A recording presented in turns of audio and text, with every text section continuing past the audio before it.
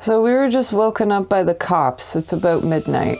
Hi, we're Mel and Jay. Together with our cat Benny, we're traveling the Baja Peninsula all the way to Cabo and back.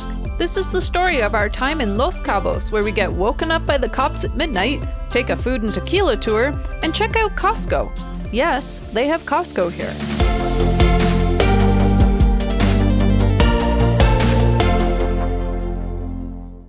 We are just leaving Cabo Pulmo, and you might remember from that video that the road in was a little bumpy. But today, we've just passed the grater, and the road is way smoother. So thank you so much to the person who does that. Unfortunately, we have not been able to find a dumping station south of Los Barriles or Todos Santos, which means we have to backtrack from Los Frailes or Cabo Pulmo back to Los Barriles so that we can empty out our tanks and refill on water before we can move on to Cabo. Those cows seem to know the protocol. They all moved over for the truck. We went through a lot of water at Los Frailes. Now we're at a water place and we're gonna have to fill up right here in the parking lot.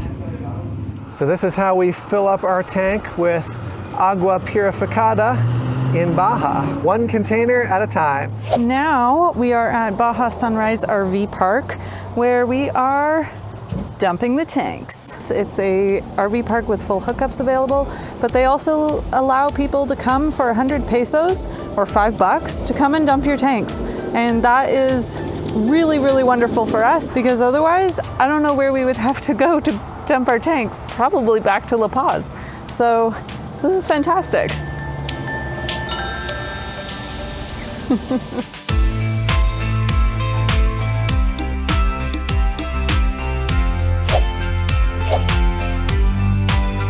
And now we just need some propano. Thankfully, we found a place with a nice big parking lot.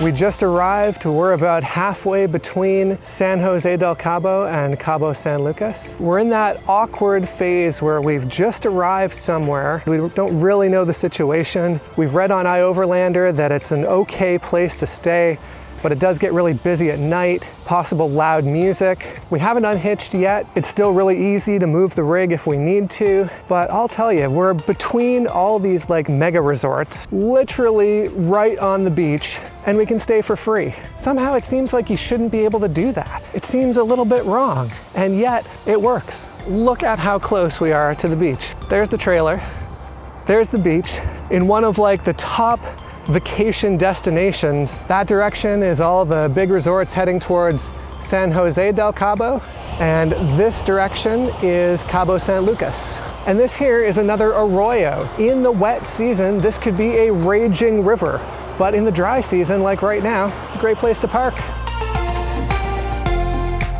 One thing I wish we would have brought is a rake. It would have been so nice to like rake our spot as we arrived, but you know, the shovel kind of does in a pinch. It's about 6 p.m. and we've got some beach tunes happening.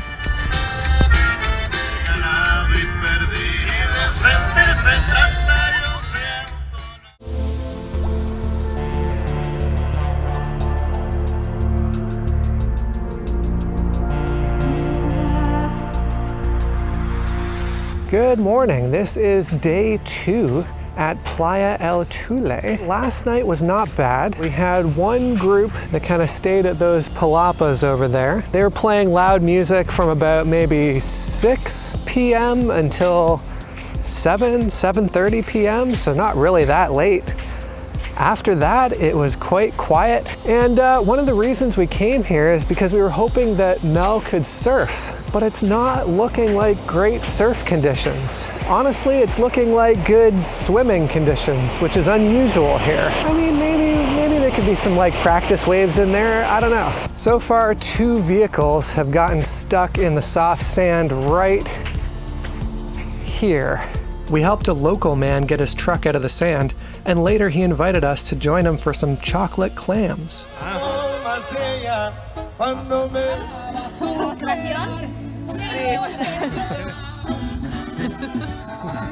You may have noticed that we synced up with Hannah and Andy again.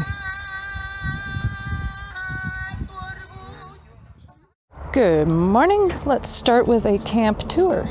Now, while we are in Cabo, we are starting off on this beach called Playa El Tule. We're here for the first few days, and then we have some very special guests arriving. We don't want to leave the trailer just unattended on a random beach, so we will be moving into a campground. So for now, let's have a little look at Playa El Tule. We have a couple of palapas. There's an outhouse, there's some garbage cans around, and we've got a fantastic view of the water. I should also mention we are in the city, so of course, there are highways, there's a lot more people, there's a little more noise. This is probably the noisiest beach we've been on. The road in is fairly hard and compact. This is also a turtle nesting beach, so you cannot go all the way to the water, and you won't want to anyways because the sand does get pretty loose. We've already pushed out at least 3 cars. That's that. There's Banny hanging out. Hi, Banny. He loves the sun.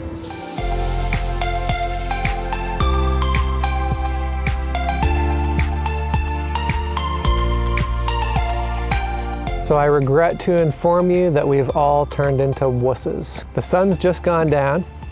It's about 22 degrees Celsius, which if it was spring in BC, We'd be in shorts. be in shorts and t-shirts saying, wow, it's so hot.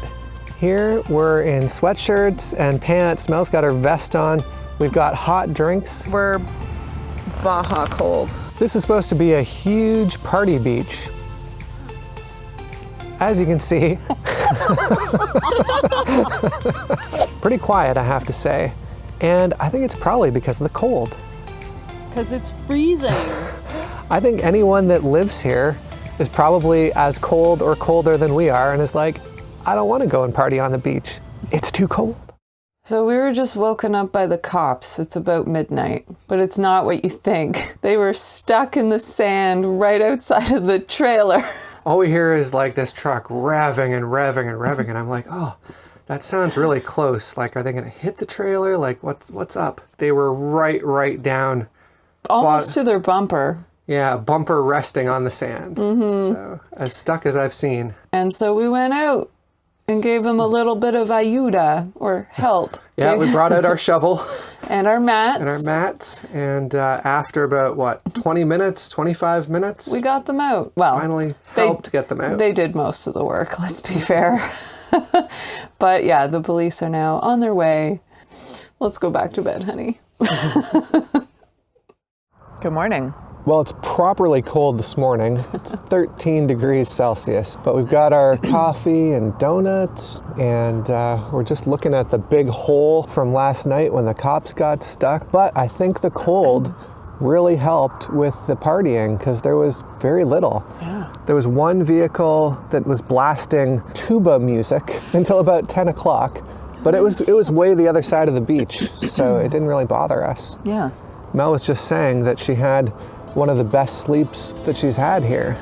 Yeah, it was after the cops left. I fell back to sleep and then I woke up and it was 6:30, so I'm quite happy. Yeah, this spot has turned out to be way better than we thought it would be.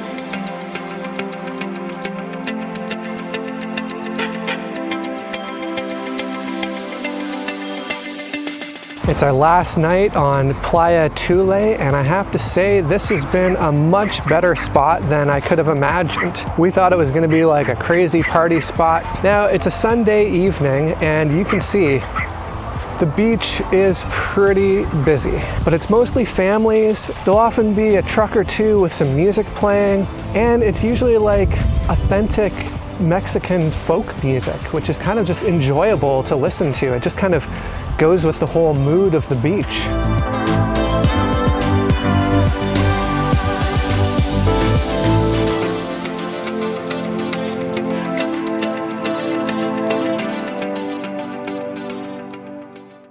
Now we actually want to see more of what Cabo has to offer, and in order to do that, we are going to go to a campground today so that we can park for the week and feel comfortable with both of us leaving the rig.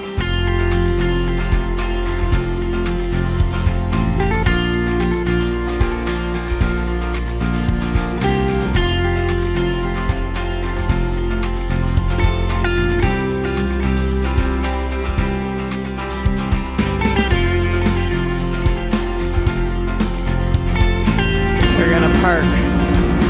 Hello.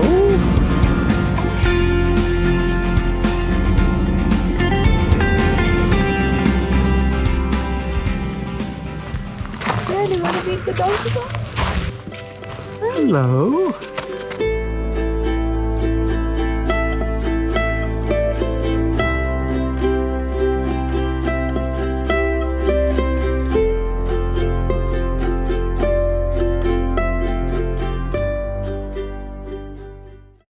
All right, we have something fun planned for today. But before we get to that, we have to stop at a fancy hotel to pick up our friends who are joining us.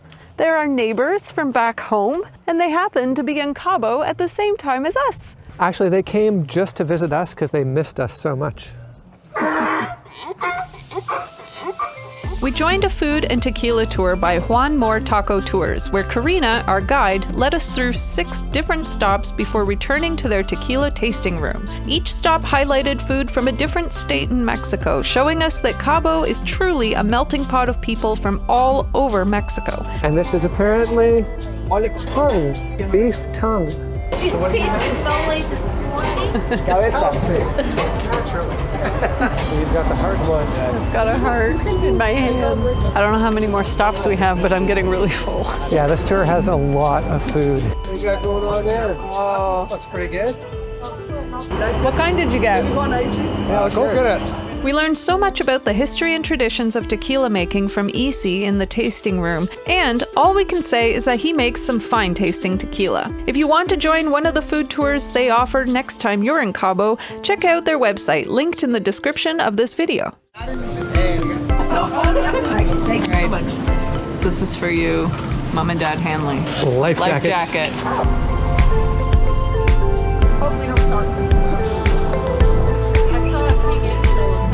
Oh, I know those yellow-tailed ones. Yeah.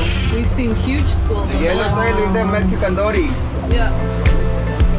That's Lovers Beach, and on the other side, on the Pacific side, is Divorce Beach. Watch out. That's Neptune's finger.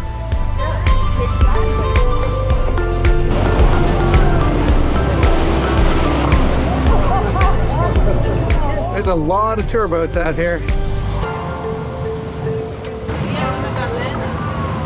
Ballena? Well, Whale. Ballena. Over there.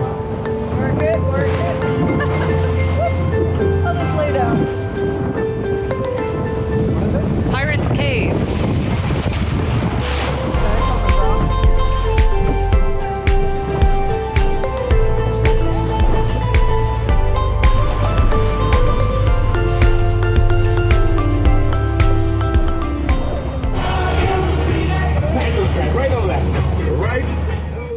And if you didn't know, yes, there is a Costco here in Cabo. Lots of Canadian and American plates here. Alberta, BC, Washington, South Dakota, Oregon. Everyone's here. Oh, I would love this. It's peanuts and pumpkin seeds with spices. These are different. I guess it's like a chip, but it's made with pumpkin and they've got cinnamon on it. These are chili spiced craisins. Something that Jay has really been enjoying here is this mayonnaise with lime, but now we can buy it in Costco size. It's good. They had it for sampling when Hannah and I came in, and it's like chocolate and coffee flavored Special K.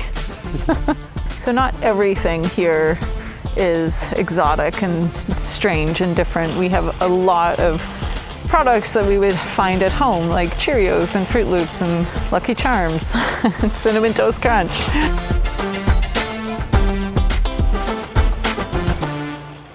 So when we were looking for places to stay in Cabo, not a lot came up. However, we were able to find Rancho El Klandestino, and we would like to give you a little tour. So, getting into Rancho El Klandestino, first things first, this is not a big rig friendly place. We just squeezed in with our 25-foot travel trailer, so anything bigger I would not recommend. So smaller rigs, truck campers, small trailers, lots of vans. And if you don't have a rig at all, you can come and do a little bit of glamping. They have several different types of tents of varying sizes. They have bathrooms with flush toilets. More toilets. These are fancy toilets. Oh, and there's a shower here. And then they have a nice common area with dining tables, cooking space, everything to be able to hang out and enjoy other campers' company. Hi! They're also dog friendly and they have quite a few little camp dogs around to welcome you. All around the campground there are various fruit trees. We've got pomegranates, figs, and passion fruit even. And you're allowed to pick some if they're ripe. All right, and our campground experience wouldn't be complete without Geronimo the donkey. Right, buddy? He's only 9 months old. He's still got some learning. Yeah, you like to nip a bit, don't you? But you're darn cute. He'll always say hello. Yeah. San Jose del Cabo is completely different from Cabo San Lucas. Where San Lucas is very much a party city, San Jose is much more relaxed. We love the chill vibe in the old town where they close down many of the streets every Thursday evening for the Art Walk, a festival featuring local artists.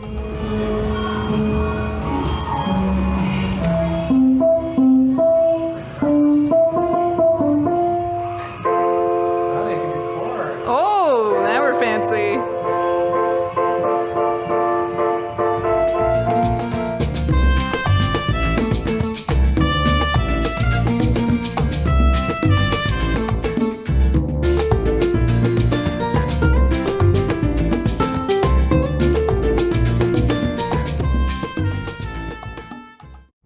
Well, that only took us about an hour to get out of. Rancho El Klandestino is a nice spot, just not big rig friendly, unfortunately. But that wraps up our time here in Los Cabos. Yeah, and next week, we're gonna come to you from the surfing town of Todos Santos. So surf's up. See you then. Bye. On a beach called... What's this beach called? Are you still filming? Oh. Yep. Okay. Oh, hello.